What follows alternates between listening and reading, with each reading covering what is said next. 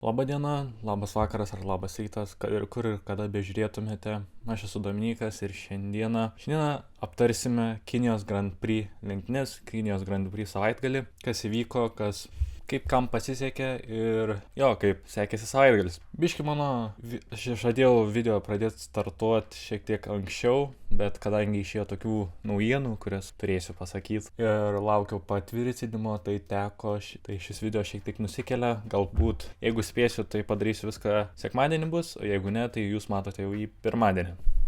Na ką, ir pereikim. Tai norėjau, pačios lenktynės tokios nelabai įdomios, kiekviena komanda labai tausojo padangas, labai žiūrėjo strategiją ir kai Lensas Strollas parodė visiems, kad mes galime vieno pakeitimo padangų strategiją panaudoti, visi tokie labai buvo konservatyvūs ir jokio tokio, bent jau pačiame priekyje lenktynių kažkokių nevyko.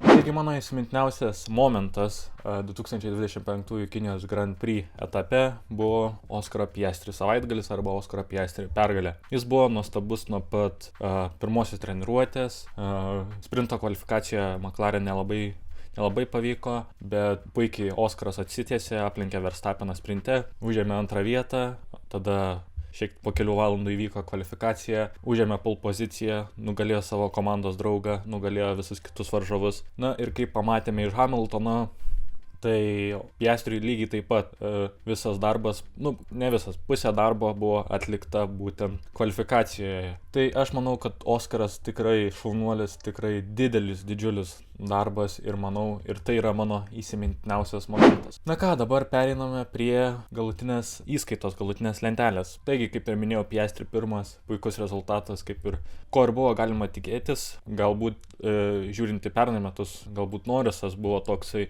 kuris labiau šitos trasos yra įvaldęs, bet aš, kaip ir spėjau savo spėjime, Piastri norėjo atsimti už tą Australijos Grand Prix ir matau, kad tarp Piastri ir Norriso bus didžiulė kova. Bent jau kaip dabar atrodo, jog šitie du kovos dėl titulo 2025. Tai antras Norrisas, sunkus savaitgalis, kaip ir mano prognozija, taip ir dabar sakau, kad sunkus savaitgalis buvo Norrisui. Tikėjausi kažkaip daugiau iš jo kvalifikacijose, bet tiek sprinto kvalifikacijoje jis buvo ganėtinai. Jam nepasisekė tas trečias etapas, antrame etape puikus, pirmame puikus, bet trečiame tiek pagrindinėje, tiek sprinto suklydo ir neparodė viso rezultato. Per pačias lenktynes startas Norriso kaip ir buvo keista, galvojom, kad visi jau išsitaisė savo starto klaidas ir sprinte jo startas buvo tragiškas, bet šaunuolis Norrisas, kad atsitiesė per lenktynes pačias ir aplenkė Russellą anksti, kas davė jam didžiulį pranašumą ir pakovoti dėl pergalės su Piastriu. Po to pamatėme, jog įsivažiavo tą vieno sustojimo strategiją ir Norrisas laikė savo padangas, per daug neatakavo, vienas momentas ir buvo, kad jisai galbūt paatakuos, bet po to pamatėme, jog nelabai atakavo ir būtent dėl to gedimo ar trikdžių, kas ten buvo, tiksliai nežinau, su stabdžiais, kol galiausiai paskutiniais ratais iš viso aš žiūrėjau tai buvo vienas įdomesnių momentų, nes Norrisas labai pradėjo jo laikas kristi ir jau jeigu dar būtų vienas ratas, tikrai tiek Russellas, tiek galbūt net Verstappenas būtų aplenkęs Norrisą. Tai viskas labai laiku, sėkmė nusišypsojo Norrisui. Trečias Russellas, įspūdingas Russelo startas, trečia vieta vairuotojų čempionate, su Mercedes antra vieta konstruktorių taurėje. Įspūdingas startas, kad ir automobilis, galima būtų sakyti, su Ferrari konkuruoja dėl antros vietos, kaip jau dabar matome, bet Russellas tikrai rodo savo lyderystę, rodo, kaip jisai gali aukščiau savo automobilio galimybių ribų parodyti rezultatus ir Russellas tikrai šiandien mane nustebino, bandė pakovoti su Norrisu, bet būtent šitose lenktynėse McLaren buvo ženkliai stipresni ir būtent ant to kieto padangų mišinio McLaren turėjo didelį pranašumą prieš kitus. Ketvirtas Verstappenas ir Verstappenas tokios tylios, nykios lenktynės, daug jo nematėme, prastas startas, nukrito ten 2 pozicijomis už Ferrari abiejų, bet po to vienas Ferrari, tai Hamiltonas, pabandė Ferrari 2 sustojimų strategiją, kas tikrai nepasiteisino ir Hamiltonui tose lenktynėse teko finišuoti 6.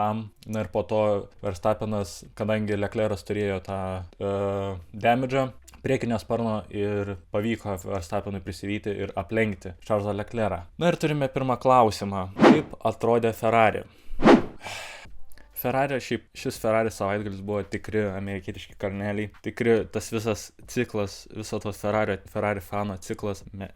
Pirmoje treniruotėje dar nieko, tada sprinto kvalifikacija ir sprintas atrodo, kad mes sugrįžome ir viskas ir kovosime su McLarenais. Tada pagrindinė kvalifikacija šiek tiek nuolydis, toks galbūt nepasisekė čia Leclerc'ui su Hamiltonu gerai parodyti. Na ir dabar lenktynės tokios vidutinės su Hamiltonu tikrai buvo strategija, galėjo, manau, ir Hamiltonas ir užlaikyti ir galėjo kitaip pasielgti. Na ir galiausiai ta naujiena, kuri atėjo, tai diskvalifikacija. Ir skaudu, kad taip tiek daug taškų pralošėm ir toks prastas yra šio sezono startas, bet pozityvas vienas yra, kad automobilis yra tikrai geras ir tikrai neprastesnis už Sauberius ar ten Williams ar dar kažką ir manau, kad geresnis už Red Bull'o. Tai šitas pozityvas yra, bet kol kas, dėl titulo kova, manau, Ferrari yra per daug toli nuo McLaren, kad pakovotų dėl titulo. Matysime, kaip bus toliau, nes labai panaši situacija buvo 2003-aisiais, kai McLaren irgi laimėjo abi pirmasis lenktynes ir tada 2003-aisiais Ferrari abi taures laimėjo su Michaelu Schumacheriu. Tai bus matyti. Taigi 5 yra Okonas ir Haas iš tikrųjų parodė įspūdingą rezultatą. 5 ir 8 Biermanas, pakilęs nuo, jeigu neklystu, 17 pozicijos. Ir įspūdingos lenktynės tiek Okono, tiek Biermano. Puiki strategija, puikus padangų išsaugojimas. Biermanas, tiesiog ten turbūt vienas iš kertinių momentų, vienas iš kertinių veikėjų pagerinus šitas lenktynes, nes tai būtų, manau, būčiau net ir aš toks didelis Formulės 1 gerbėjas užmygęs. Tai Biermanas tikrai davė mums veiksmo kažkokio ir nebuvo toks konservatyvus paskutinėje lenktynių dalyje. Na, o Okonas 5 vieta po diskvalifikacijos Leclerc ir Hamiltono. Wow, superinis pasirodymas. Taigi 6 Antonelli, Driver of the Day. Tokios galbūt pasimatė jo trūkumai, jo tokie, matosi, kad Mercedes automobilis tikrai nebuvo prastas šį savaitgalį, bet Antonelli dar labai reikia pasistiepti iki Russello. Ir Russellas toks yra tikrai išreikštas Mercedes lyderis. 7 Albonas ir 10 Sainzas. Ironiška, kad Sainzas, kaip ir rašiau Trezuose, jog Sainzo pirmi taškai Williams komandoje yra Ferrari 2 diskvalifikacijų pagalba. Tai puikus startas Williams komandai. Nemanau, kad jie galėjo tikėtis geresnio starto. Albonas nemanau, kad galėjo tikėtis geresnio starto. Ir Williams iš ties atrodo įspūdingai. Manau, kad jie taip pat bus stiprus ir Japonijoje. Daug tokio greitų posūkių daug. Ir manau, jog Williams komandai tai tikrai padės. Ir tikiu, jog Albonas ar Sainzas, ar net abu galės taip pat ir ten pakovoti dėl taškų. Toliau Strollas, įspūdingas startas Strollui. Šitos lenktynės tokios buvo, Strollas visiems pagelbėjo, nes jis labai ilgai laikėsi ir jo laikai keliom dešimtosiam nukrito nuo pradžios ir jis ten vidury po 20 ratų dar rodė greičiausius savo asmeninius ratus. Tai Strollas tikrai parodė visiems, kad viena sustojimo strategija yra įmanoma. Bet galbūt iš Strollo pusės ir iš Aston Martin pusės buvo padaryta klaida su tai, kad jie tikėjosi, kad visi sustos ir tada Strollas pakils aukščiau, bet kadangi daug kas nesustojo antrajam sustojimui ir Strollas sustojo per vėlai, kol galiausiai jam nepavyko daug aplenkti ir gavosi po diskvalifikacijų 9.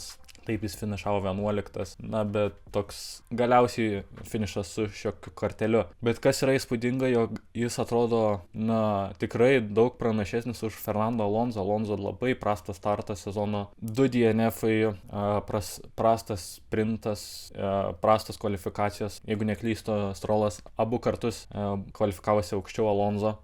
Ir sunkus startas tokiam veteranui arba iš kitos pusės naujokui Fernando Alonso ir įspūdingas Strollas, kad jis tą Aston Martin automobilį jau antrą savaitgalį iš eilės pasiekė taškus. Tai kad ir kaip man jis, kad ir kaip aš jo nemėgstu šitoje Aston Martin komandoje, bet na, turim atiduoti kažkokią pagarbą už tokius rezultatus. Toliau, kas dar buvo įsimintina, tai Hadžė prieš Duhaną. Visa ta kova, nes daugiau nelabai kas priekė nelabai buvo veiksmo.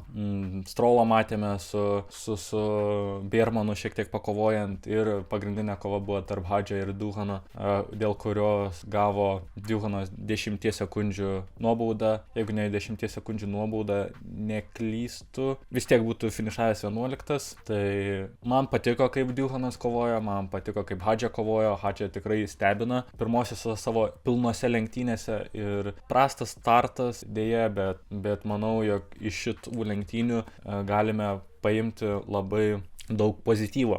Na, 12 Lawsonas šiaip būtų finišavęs 15, bet daug klaustukų, labai, nežinau, mane labai nuvilė. Daugiau tikėjausi tikrai iš Lawsono, kad ir buvau aš už Tsunodą perimant kėdę ir dabar, na, mažai pozityvo. Nežinau, neturiu ką daug pridurti.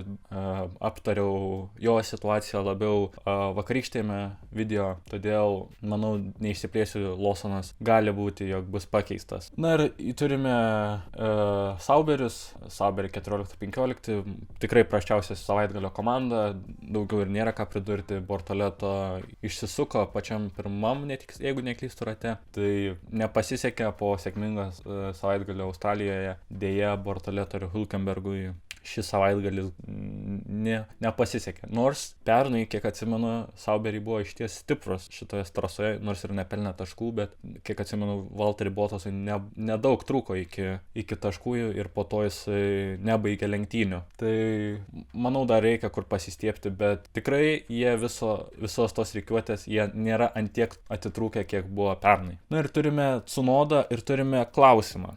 Ar Racing Bulls flopino? Aš manau, jog taip, Racing Bulls buvo, nepabijosiu pasakyti, 4. greičiausias automobilis už, Verstappeno ir Red Bull automobilis buvo kur kas greitesnis už Racing Bulls, bet kaip matome iš Lawsono, jeigu ne Verstappenas, jeigu vietoj Verstappeno būtų Perezas, Ricardo ar dar kažkuris, manau, ši Red Bull ekipa būtų 7-8 visoje rikiuotėje. Tik tais Verstappenas daro skirtumą tarp šių dviejų labai skirtingų vietų. Racing Bulls tikrai flopino, aš manau, kaip ir minėjau, 4. automobilis, turėjo daug potencialo, kvalifikavosi labai gerai, Hadžė 7, Tsunoda 9. Tinkamai nesureagavo strategijos prasme ir kaip ir pamatėme, dviejų sustojimų strategija visiškai panaikino jų visus šansus į taškus ir leido vieniems iš konkurentų, tiek Williams, tiek Haas, iškilti taip aukštai. Kitas klausimas, kuris taip pat yra su Racing Bulls ir Red Bull, ar šviečiasi ankstyvas Lawsono ir Tsunodos pakeitimas. Manau, jog kaip galima iš žiniasklaidos ir iš įvairių reportų paskaityti, tai Tsunoda turėtų pakeisti Lawsoną Japonijos Grand Prix, kas, manau, skubotas sprendimas. Lawsonui beveik nebuvo laiko įsivažiuoti.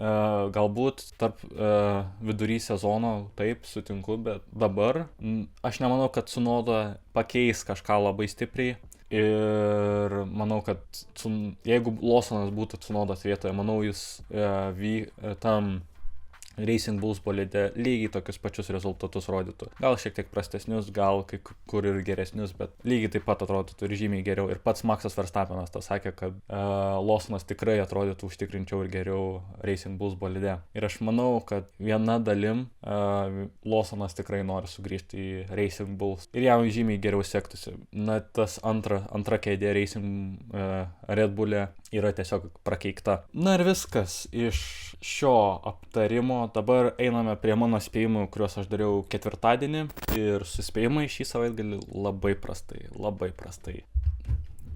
Beveik iš visų šitų beveik nieko nepataikiau, bet reikia kažkaip apžvelgti. Taigi pole pozicija, sprinte sakiau, jog pole poziciją užims Lando Norrisas, pagrindinę pole poziciją užims Lando Norrisas, ir iš tikro buvo sprint lenktynėse Lewisas Hamiltonas, o pagrindinės lenktynėse Oskaras Piastri. Nežinau, ką per daug pridurti, Piastri su Hamiltonu pagerino, Hamiltonas savoje kvalifikacijoje pagerino, Piastri pagerino pagrindinėje kvalifikacijoje, Kinijos Grand Prix vieno rato rekordą. ir tikrai šie automobiliai ant naujos asfalto dangos žymiai įspūdingesnius rezultatus rodo netgi 3 sekundės greičiau. Tai šiek tiek nuvilia Norriso rezultatas kvalifikacijoje, bet ne visada Norris užims pole poziciją. Ir šie du, tiek Piastri, tiek Hamiltonas savose kvalifikacijose parodė monstriškus ratus. Nugalėtojas sprint lenktynėse, aš sakiau, jog Maxas Verstappenas nedaug trūko, bet matėsi, kad šį savaitgalį net pačiam Maxui Verstappenui su Red Bull nebuvo tiek daug tempo, nebuvo tiek daug greičio ir Maxui tikrai buvo sunku. Na, o vienintelis, ką man pavyko atspėti, tai Piastri nugalės. Tai džiaugiuosi savo spėjimu, įsivaizdavau kiek kitokį scenarijų, bet vis tiek Piastri buvo pats pirmas. Hamiltono aš išvis nesitikėjau, jog jis laimės sprint lenktynes, bet Piastri parodė ir kol kas šį sezoną aš esu 2 iš 2 pagrindinių lenktynių spėjimuose. Savaitgalio pažiba mano buvo Fernando Alonso. Labai prastas savaitgalis, tikėjausi žymiai daugiau. Pralaimėjo savo head-to-head dvikovą Lensui Strollui. Nefinišavo lenktynių, kvalifikavosi, net nepateko į 10. Na ir Fernando Alonso, nežinau, ties nuvilė kol kas sezono pradžią.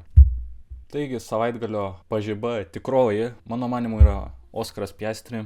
Nebuvo kažkokio tokio iš žemesnių komandų labai išsiskiriančio. Na, galbūt Estebanas Okonas finišavęs 5 pozicijoje, bet manau Piastri buvo nuostabus visą savaitgalio metu, buvo nuostabus sprinte, abiejose kvalifikacijose ir pagrindinėse lenktynėse pasiekė įspūdingą pergalę. Tai mano savaitgalio pažiba tikroji, manau, kad šį savaitgalį buvo Piastri. Savaitgalio komandą aš tada spėjau Williams, galima vienas iš pretendentų, bet manau, jog geresnis variantas šiam savaitgaliu buvo Haas. Dvigubi taškai kaip ir Williams, bet Haas 5 vieta ir kartu 8 vieta. Na, išties įspūdinga, pakilimas toks visai buvo netikėtas nuo pačios paskutinės komandos iki 5-4 komandos pagal rezultatus. Tai šaunuoliai Haas labai smagu matyti ir maniau, kad jie taip nukris ir taps ta tokia prastesnė komanda, bet neįvelnio ir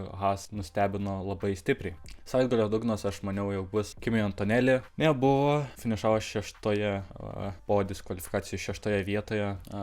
Antonelis išties įspūdingas sezono startas kaip naujokui. Manau, jis Hadže Hadže su Bermanu turėjo labai prastą Australijos Grand Prix, bet Antonelli, manau, yra kol kas geriausias iš visų naujokų, rodo geriausius rezultatus, rodo užtikrinčiausius rezultatus ir Antonelli išties mane šiek tiek maloniai stebina, nemaniau, jog jis toks talentingas ir įsėdęs iškart į Mercedes bolidą, nemaniau, jog tokius rezultatus rodys, kaip ir matome iš Lawsono.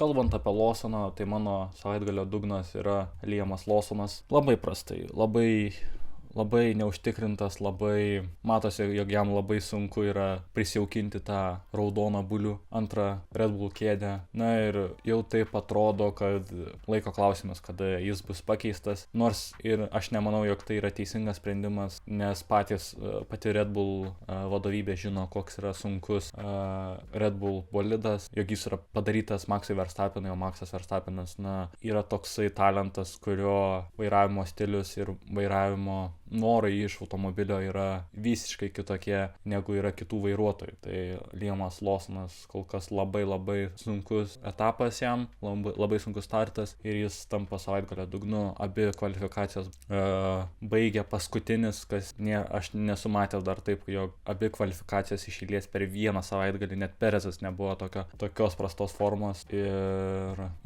išties nuvilia Liamo Lawsono pradžia. Na ir dugninė komanda, aš spėjau Ferrari. Iš dalies dabar po diskvalifikacijų galima sakyti, bet aš nemanau jos, nes vis tiek Lewisas Hamiltonas pasiekė pergalę sprint lenktynėse ir aš nemanau, jog pergalė, bet kokiu atveju pergalė yra pergalė ir nemanau, jog tai iš karto tas 2 diskvalifikacijos numeta Ferrari kaip dugninė komanda. Tai mano šios savaitgalio dugninė komanda būtų Racing Bulls. 4 pagal greitį bolidas greitesnis už Red Bull ir visiška nekompetencija strategijos prasme, tiek sprinte pavyko Tsunodai pelnyti 2 taškus, bet jie galėjo šį savaitgalį pasimti labai daug taškų ir ką matėme iš Haas. Vietoj Haas turėjo būti Racing Bulls ir Racing Bulls visiškai kaip ir klausime flopino. Todėl manau, jog jie yra pati prasčiausia komanda. Na ką, ačiū, kad žiūrėjote, ačiū, kad klausėte. Galbūt jums patiko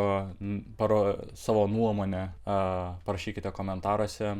Manau, tęsiu toliau tokį principą, kad kvalifikacijoje aš tokia padarau daug glaustesnę apžvalgą. Na, o čia po lenktynių ramiai atsisėdame, pašnekame. Ir mano iškalba sezonui einant tobulės ir jums lengviau bus klausyti mano pezalų. Taigi ačiū, kad žiūrėjote, pasiekite mane, kas dar nesate pasiekę Instagrame, daug turinio keliu. Ir susitiksime už 2 savaičių Japonijos Grand Prix. Iki.